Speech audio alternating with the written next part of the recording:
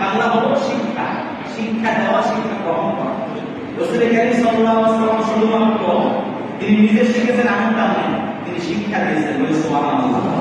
আল্লাহ পাক রব্বুল আলামিন বলেন, তাকে আল্লাহ পাক রব্বুল আলামিন আয়াতের মধ্যে বলেন, ওয়া ইউআল্লিমুহুমুল কিতাবা ওয়াল হিকমা, তিনি নিজে কোরআন দ্বারা অবতীর্ণ হয়েছে, আর ওই কোরআনটা তিনি ব্যাখ্যা করেছেন, বিশ্লেষণ করেছেন, শিক্ষা দিয়েছেন। বলে সুবহানাল্লাহ। তিনি কিতাব শিক্ষা দিয়েছেন, তিনি হিকমত শিক্ষা দিয়েছেন।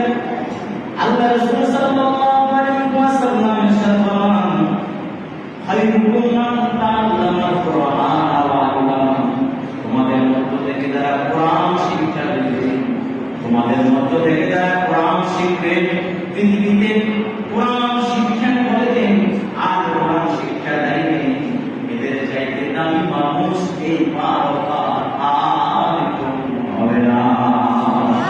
যারা হাফেজে কোরআন হন, যারা হাফেজ রব্বানি আলামিন হন, যারা হাফিজাতুল্লাহ হন, আল্লাহ তাআলা দুনিয়াতে তাদেরকে কিছু পুরস্কার দেন। এর মধ্যে থেকে অন্যতম পুরস্কার হল দুনিয়াতে আলেম হাফেজ কোনদিন আলেম হাফেজকে আল্লাহ পাক রিজিকের অভাবে কোনদিন দুনিয়াতে রাখবেন না।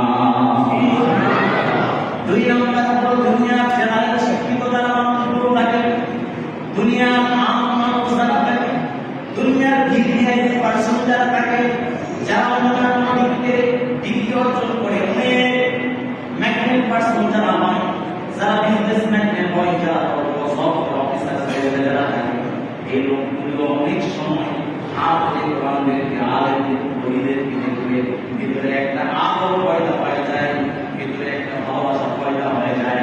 আল্লাহ পাকের ফজলে আলেম হাফেজ ওলিদেরকে বড় বড় মানুষগুলি এসে দোয়া চায়, মাথাটা আগায় দেয় আর ছেড়ে